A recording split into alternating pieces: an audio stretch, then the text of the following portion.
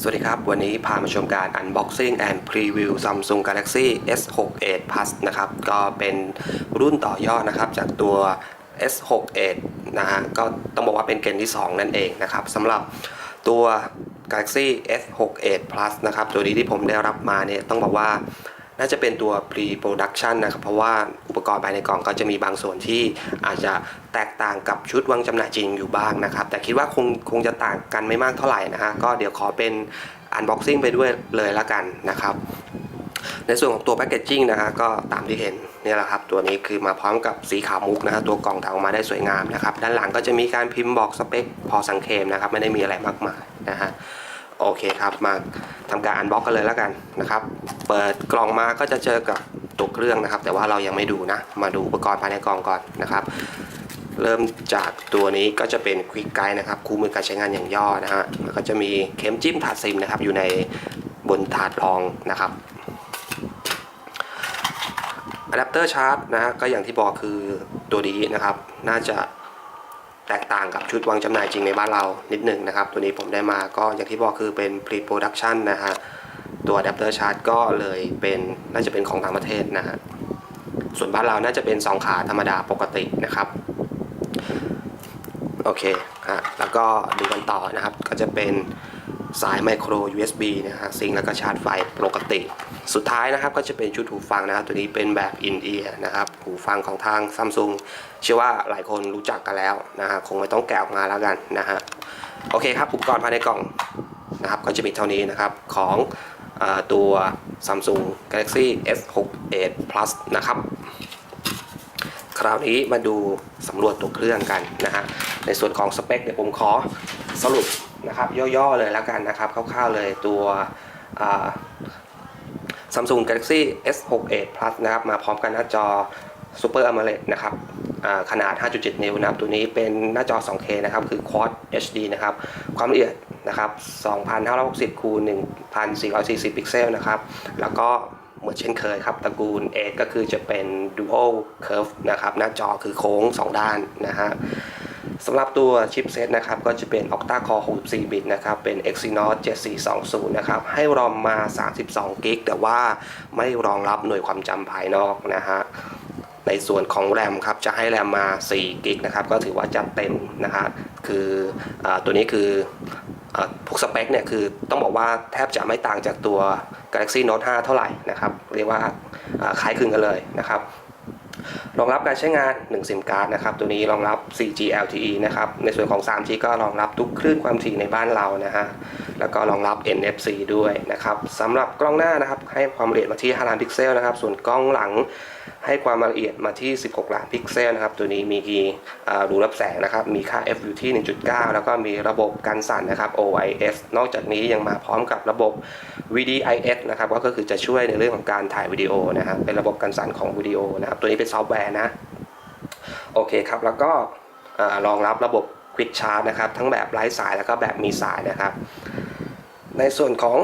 ความบางนะครับก็จะบางอยู่ที่ 6.9 มิลนะครับแล้วก็หนัก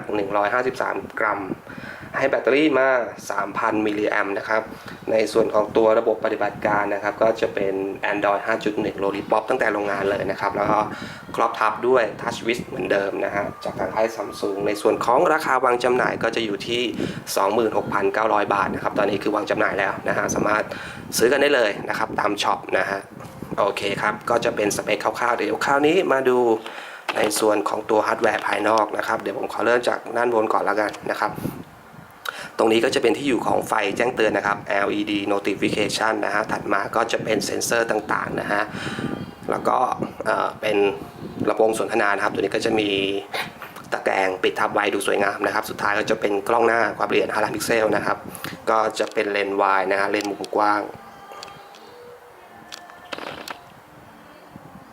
นะฮะแล้วก็จะมีโลโก้ Samsung อยู่ด้านล่างของตัวลำโพงนะครับส่วนด้านล่างนะครับก็จะมีปุ่มโฮมนะฮะโดดเด่นเป็นสง่านะครับตัวนี้ก็จะเป็น Fingerprint Scan ด้วยนะครับก็คือเป็นตัวอ่านลายนิ้วมือนะครับมีข้อดีนะครับคือไม่ต้องใช้วิธีปาดแล้วนะครับจากตัว Note 4 หรือว่าตัวS68 ตัวแรกนะครับก็คือใช้วิธีปาดแต่ว่าตัวนี้ไม่ต้องนะครับก็ใช้แตะเอานะฮะในส่วนของปุ่ม ปุ่ม Back กับปุ่ม Recent App นะฮะก็จะมีไฟล์ Backlight อยู่นะครับแต่ว่าคือจะออกแบบให้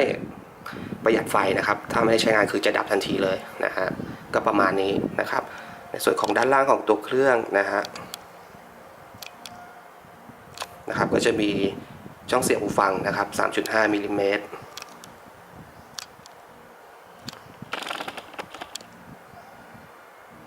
นะครับแล้วก็ไมค์สนทนาพอร์ตไมโคร USB ซิงค์แล้วก็ชาร์จไฟนะครับแล้วก็ลำโพง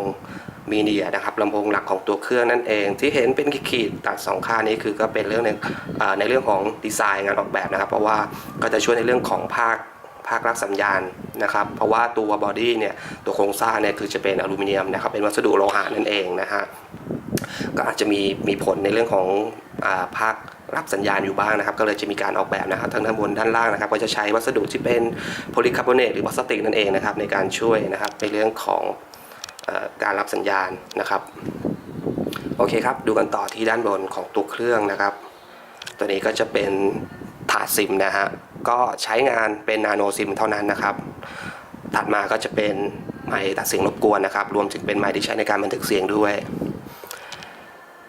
ด้านซ้ายมือของตัวเครื่องนะครับก็จะมีเพียงปุ่มเพิ่มลดระดับเสียงนะครับตัวนี้ก็ไม่ได้เป็นพาเนลเดียวกันนะจะแยกกันนะครับอย่างที่เห็นนะฮะก็จะมี2ปุ่มนะครับเพิ่มกับลดนะฮะส่วนด้านขวามือของตัวเครื่องนะครับจะมีเพียงปุ่ม power นะครับเปิดปิดเครื่องเท่านั้นเองนะฮะมาดูกันต่อที่ด้านหลังนะครับด้านหลังก็จะเห็นว่ามีกล้องหลักนะครับตามที่บอกคือมาพร้อมกับความละเอียด16ล้านพิกเซลนะฮะตัวนี้มี OIS ด้วยนะครับป้องกันระบบสั่นไหวนะครับเป็นตัวฮาร์ดแวร์นะครับแล้วก็ถัดมาก็จะมี LED flash มาให้ใช้งาน1ดวงนะครับแล้วก็เป็น Heart Rate Sensor นะครับเป็นเซนเซอร์วัดอัตราการเต้นของหัวใจนะครับก็ถัดลงมาจะเป็นโลโก้ซัมซุงด้านล่างก็ไม่มีอะไรในส่วนของตัววัสดุฝาหลังนะครับตัวนี้จะเป็นกระจกนะฮะก็ค่อนข้างเก็บรอยนิ้วมือสักนิดนึงนะครับแล้วก็ยังไงก็ควรจะหาเคสมาใส่ป้องกันนะครับเรื่องความสวยงามนี่คือดูดีมากนะครับตัวที่ผมได้รับมานี่เป็นสีทองนะฮะดูสวยงามนะครับคร่าวๆในส่วนของตัวฮาร์ดแวร์ภายนอกก็จะประมาณนี้นะครับอีกส่วนหนึ่งนะฮะก็คือจุดเด่นต้องบอกว่าเป็น innovation ของเขาก็คือในส่วนของหน้าจอ Edge Screen นะครับก็จะเป็นจอโค้งนะครับ2ด้านเลยนะครับเป็นเขาเรียกเป็น Double Curve นะครับ Duo Curve อะไรพวกนี้นะฮะในเรื่องของจุดเด่นการใช้งานอะไรต่างๆนี่ก็คือไม่แตกต่างไปจากตัว S68 ตัวแรกนะครับแต่ว่าในส่วนของตัวซอฟต์แวร์เนี่ยก็จะมีความสามารถเพิ่มขึ้นมานะครับเดี๋ยวค่อยมาพูดถึงนะครับในภายหลังโอเคมาดูกันต่อนะครับสำหรับตัวหน้าจอก็อย่างที่บอกครับมาพร้อมกับจอ 2K นะครับตัวนี้เป็นจอ Super AMOLED นะครับก็ให้สีสันนะครับสดใสจัดจ้านนะฮะในส่วนของซอฟต์แวร์นะครับก็ตัว Samsung เนี่ยคือเขามีลอนเชอร์นะครับของตัวเองเนี่ยคือเป็น Touch Wiz นะฮะก็มีการพัฒนาปรับปรุงนู่นนี่นั่นมาตลอดนะครับแต่ว่าช่วงหลังๆนี่คือผมว่าในความรู้สึกส่วนตัวคือทำได้ดีขึ้นนะครับคือไม่ค่อยหน่วงไม่ค่อยหนักแล้วเท่าไหร่นะฮะในส่วนของแอปบันเดิลต่างๆก็จะไม่ยัดเยียดมาให้เยอะเหมือนเมื่อก่อนนะครับก็จะมีแอปที่เป็นของทางค่าย Samsung นะครับอย่างเช่นพวกสายซิงพวก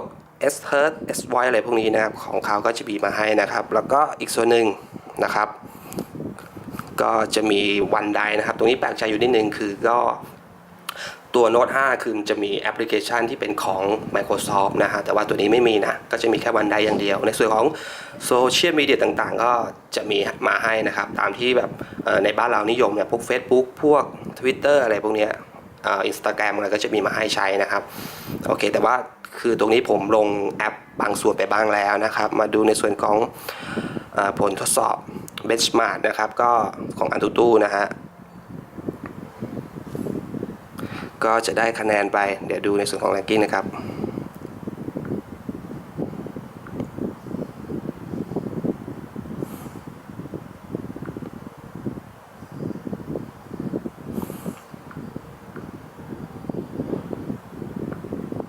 โอเคครับก็จะได้คะแนนไปถึง 62,546 คะแนนนะครับถือว่าแรงนะฮะ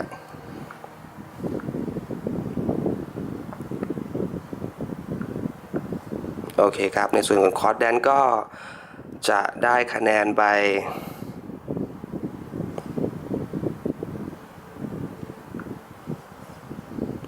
จริงๆคือแอบทดสอบไปแล้วรอบหนึ่งนะฮะ